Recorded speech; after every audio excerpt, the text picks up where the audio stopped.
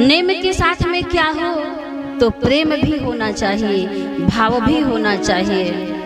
मानस में बाबा ने दर्शन कराया है।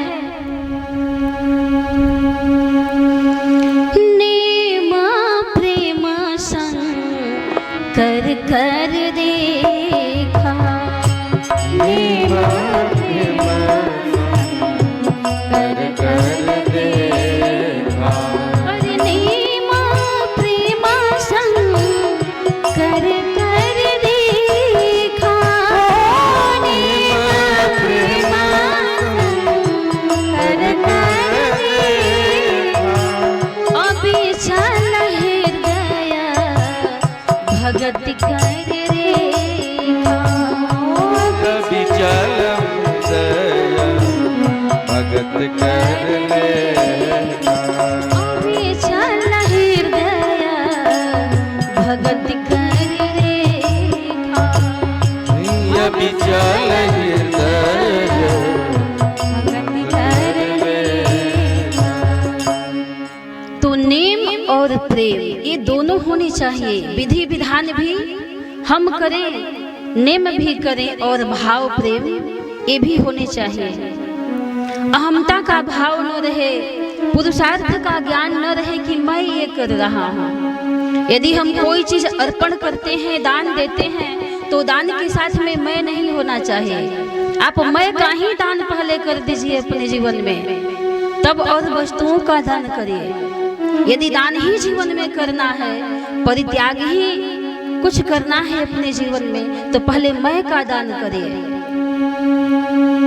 फिर हम अगला कोई दान करें, वस्तु का, सोना चांदी वस्त्र का दान करें। तो यह जो व्रत है क्या है, बड़ा ही महिमाशाली व्रत है। तो एकादशी का हम अर्थ समझें कि एकादशी क्या है। जरा आप ध्यान देंगे, अपने भगवान के चरणों में, अपने ईश्वर के प्रति, अपने सद्गुरु के प्रति, भगवान की कथाओं के प्रति एक निष्ठ हो जाना, एक शरण को ग्रहण कर लेना, हमारे अंतःकरण में एक एकता का प्रादुर्भाव हो जाना, एक दशा में हो जाना, द्वादशी में नहीं रहना जी, एक दशा में हो जाना। यदि जब तक हमारे अंदर एकादशी नहीं आती है, हम एक दशा में नहीं होते हैं, तो लाख आप दान करते रहिए, लाख आप पूजन करिए, लाख आप भोजन कराइए, उसका कोई मतलब नहीं है। हमारे अंदर एकादशी आनी चाहिए। तो मैं ये कहती हूँ कि जैसे गोस्वामी जी एकादशी को जीवन में अपना लिए, एक भरोसो एक बल, एक आस विश्वास, एक राम घन श्याम हित, और चातक तुलसीदास, चातक तुलसीदास। एक दशा में हो जाना, यह एकादशी है। अब दूसरा भाव सुने, दूसरा भी एकादशी का भाव है। वह क्या है? एकादश किसे कहते हैं? 11 को एकादश कहते हैं और यही एकादशी है। तो 11 है क्या? हमारे अंदर 5 ज्ञान इंद्रियां हैं और 5 कर्म इंद्रियां हैं और एक मन मिल करके ये कितने हो जाते हैं? 11 हो जाते हैं।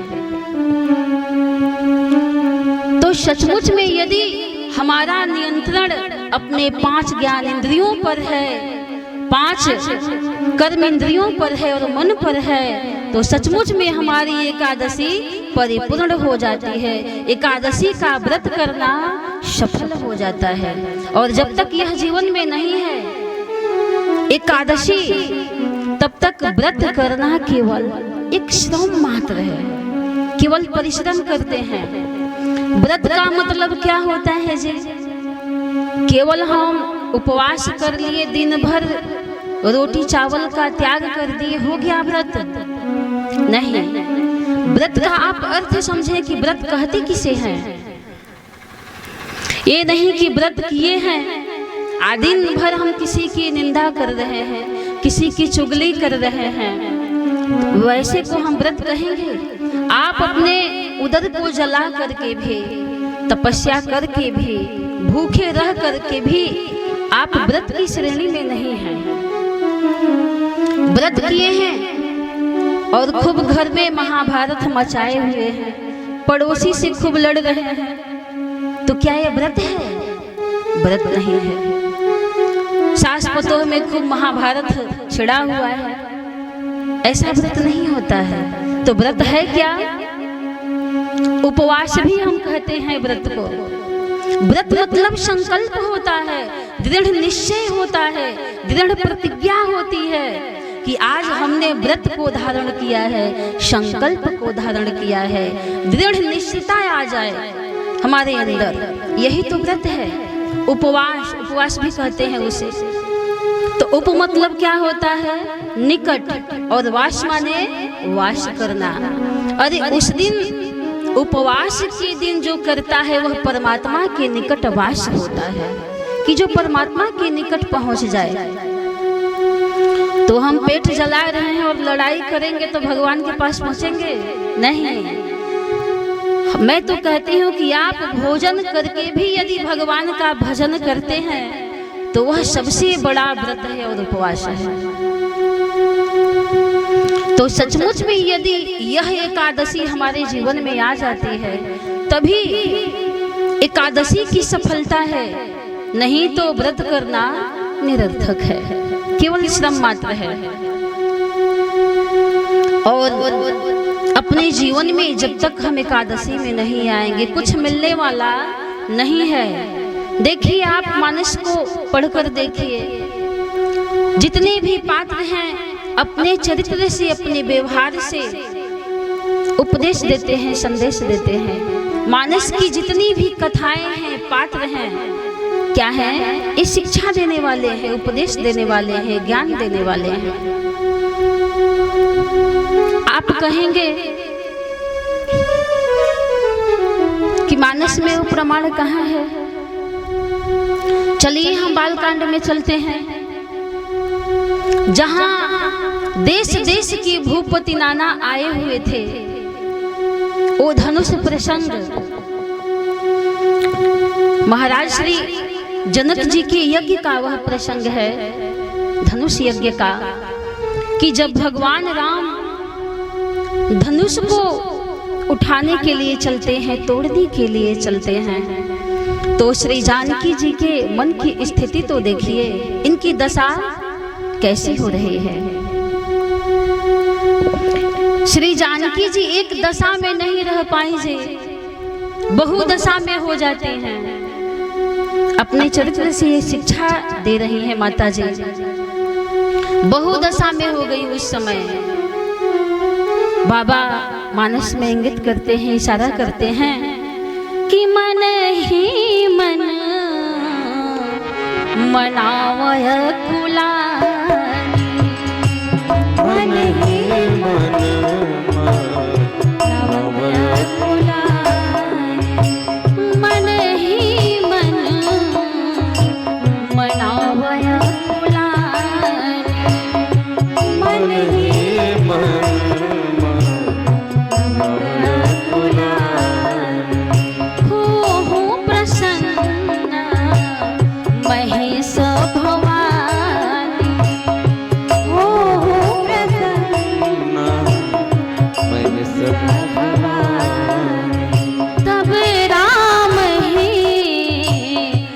बिलो की भय दे,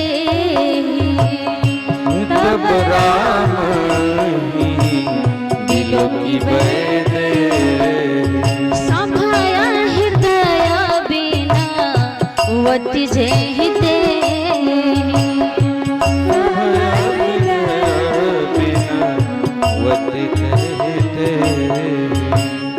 सभय हृदय बिना वति जेहिते, सभय हृदय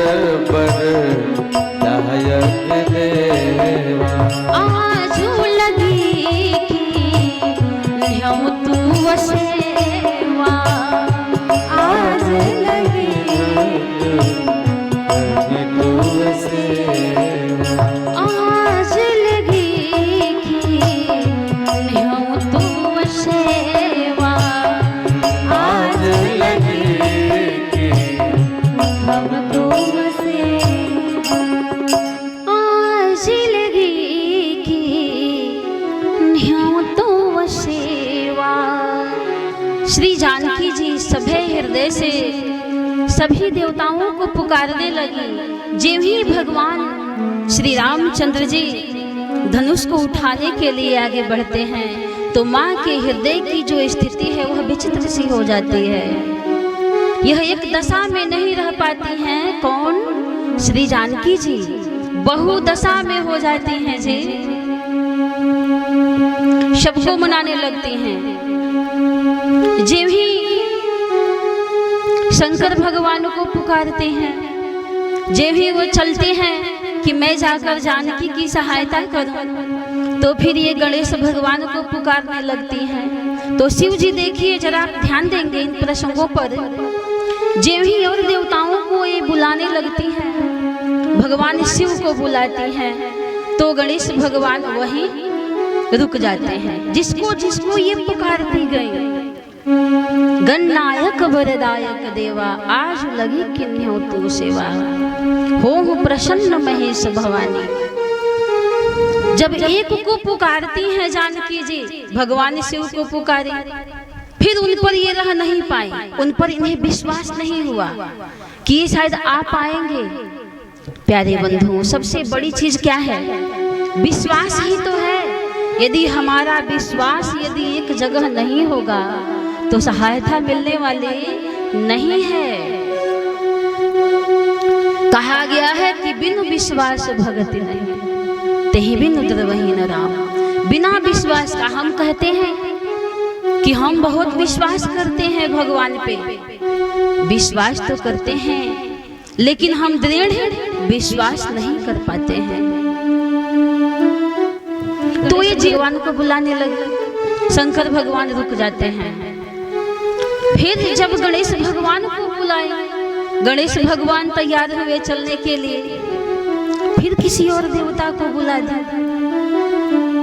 गणेश भगवान भी रुक जाते हैं। इनकी सहायता करने के लिए कोई भी वहां देवता नहीं पहुंच पाते हैं, तो निराश हो जाती हैं। माँ अम्बा उदास हो जाती है कि अब मैं किस पर भरोसा करूं, किस पर मैं विश्वास करूं कि मुझे सहायता उनके द्वारा मिलेगी।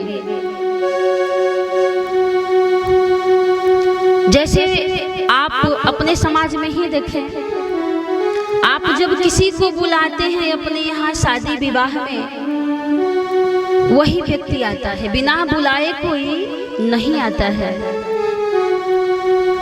चाहे आप कितना हो धनवान हो, बिना बुलाए कोई जाता है जी शादी विवाह में? नहीं जाता है। जिसको बुलाया जाता है वही पहुंचता है, चाहे वह श्राद्ध का हो, चाहे शादी विवाह का भोज हो। लेकिन एक चीज देखने को मिलता है कि जो मांगने खाने वाले दिनहीन गरीब होते हैं बेचारे, वो बिना बुलाए भी पहुंच जाते हैं। उनको बुलाना नहीं पड़ता है, वो निमंत्रण कार्ड नहीं जो होते हैं, जहां ही भोजन मिला वो बैठ गए खाने के लिए और प्रसाद पाकर के चले जाते हैं। तो भोजन दो प्रकार से न होता है भाई किसी के यहाँ, ऐसे नहीं होता है।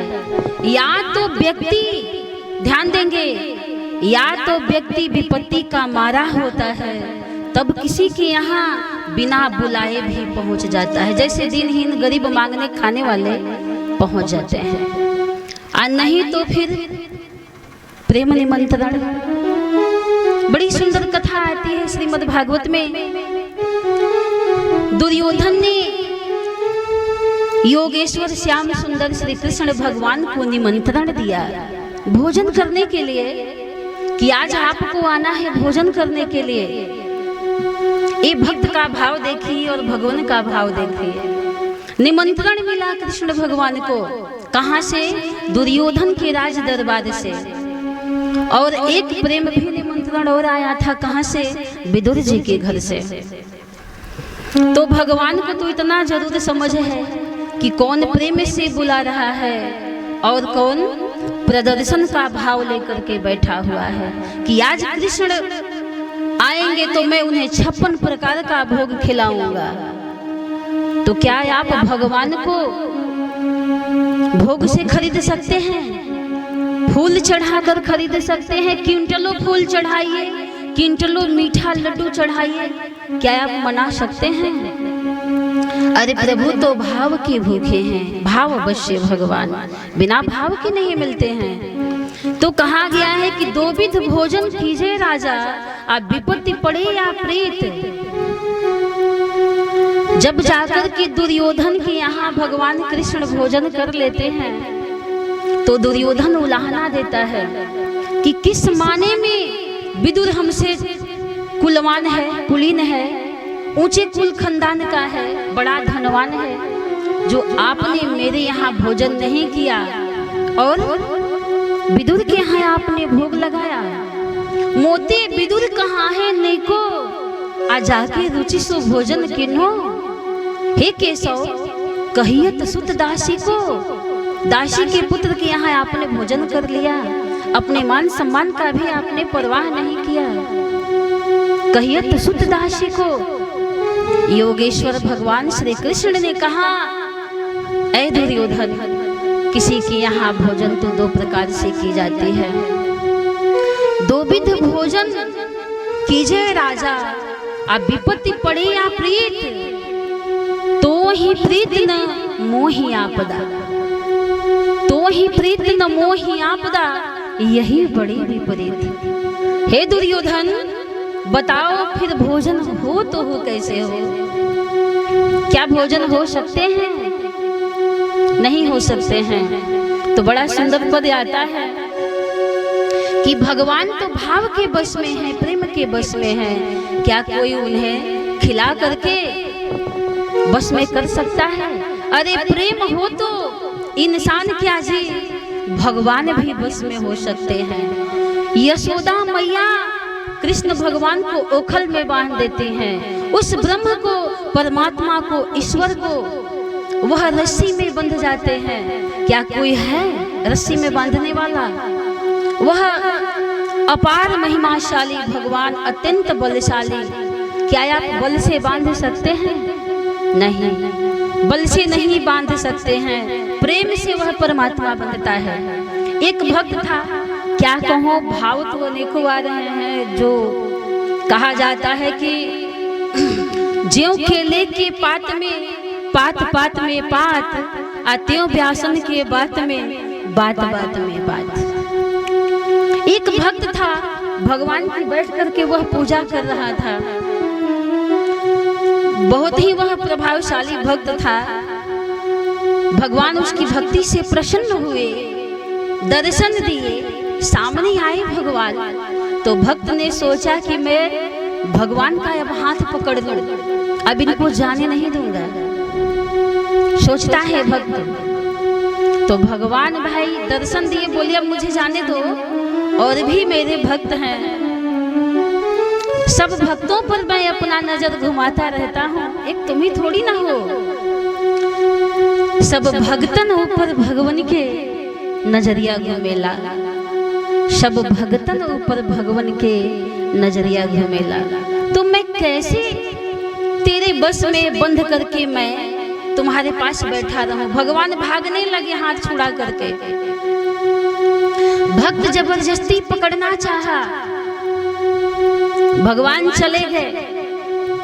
तो कहता है भक्त, कर छुड़ाए जात हो, हे प्रभु कर छुड़ाए जात हो, निर्बल जान की मोहि, हृदय से मेरे जाओगे तो सबल समझूंगा, तो ही राम सबल समझूंगा, तो मैं निर्बल हूँ इसलिए हाथ छुड़ाकर भागे जा रहे हैं। जरा आप हृदय से भाग कर तो जाइए, तब मैं आपको बलवान जानूं।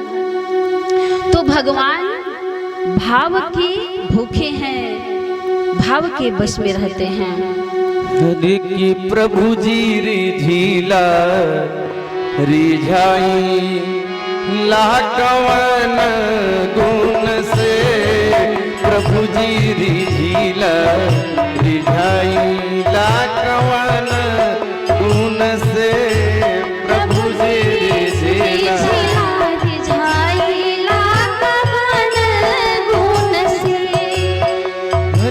आज तलक से ना कोई जानल प्रभु जी राउर रीति। आज तलक से ना जान प्रभु जी राउर रीति। केकरा से तू बैर करेला, केकरा से तू बैर करेला, अरे केकरा से तू प्रीति। ई आपन केकरा के बनावे लकवन गुण से प्रभु जी रिझिला। रिझाइला कवन गुण से प्रभु जी रिझिला। रिझाइला कवन गुण से प्रभु जी रिझिला। रिझाइला कवन गुण से। अरे ना खैल पकवान मिठाई दुर्योधन घर जाके। ना खैल पकवान मिठाई दुर्योधन घर जाके। अरे बासी साग विदुर घर खैला। बासी साग विदुर घर खैला। प्रेम से भोग लगा के स्वाद छिलके में बसाई लकवन में गुण से स्वाद छिलके में बसाई लकवन गुण से। प्रभु जी रिझिला। रिझाइला कवन गुण से प्रभु जी रिझिला। रिझाइला कवन गुण से। अरे ना अइल मथुरा से तड़पत रह गईली ब्रज नारी। ना अइल मथुरा से तड़पत रह गईली ब्रज नारी। अरे ना अइल मथुरा से तड़पत रह गईली ब्रज नारी।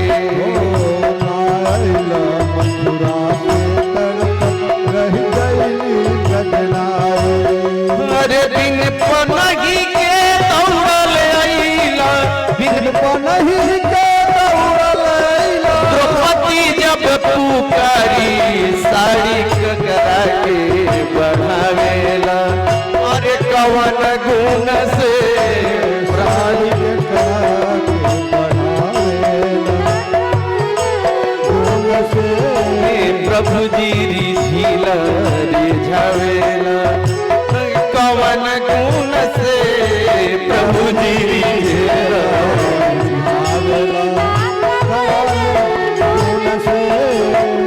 अरे नाम यजामिल के बेटा नारायण सबसे प्यारा हो। यजामिल के बेटा नारायण सबसे प्यारा। नाम यजामिल के बेटा नारायण सबसे प्यारा। यजामिल के बेटा नारायण सबसे प्यारा। अरे हे नारायण हमें बचाओ। हे नारायण हमें बचाओ। अरे मरते वक्त पुकारा लेके चक्र सुदर्शन धावे। लक्ष्मण गुण से लेके चक्र सुदर्शन धावे। भगवन रिझिला। रिझावेला कवन गुण से भगवन रिझिला।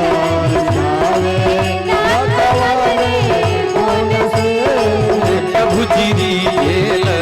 रिझावेला कवन गुण से प्रभु जी रिझिला।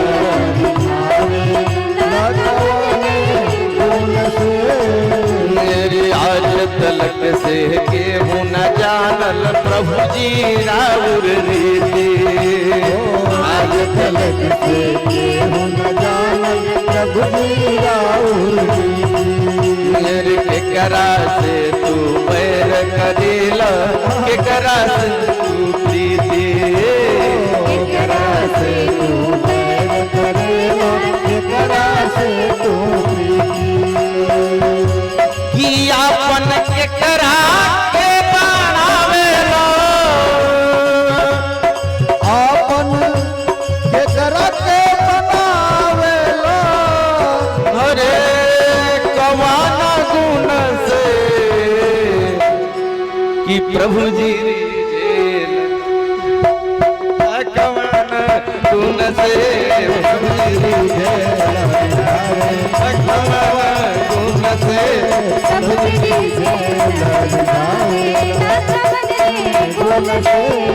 अरे ना खैला पकवान मिठाई दुर्योधन कर जाके, पकवान मिठाई दुर्योधन घर जाके, ना खैला पकवान मिठाई दुर्योधन कर जाके, ना खैला पकवान मिठाई दुर्योधन घर जाके।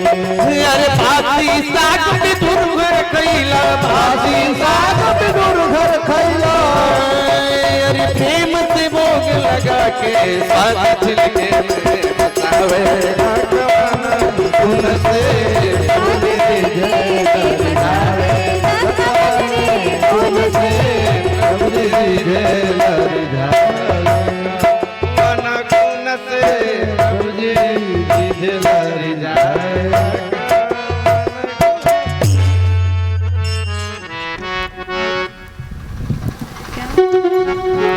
तो सज्जनों, बड़ा ही सुंदर भजन, बहुत सुंदर। सचमुच में भगवान भक्त के वश में है, भाव के वश में है भगवान, भगत के वश में है भगवान। तो बिना प्रेम के, भाव के मिलने वाले नहीं हैं वो। तो कहने का अभिप्राय यह है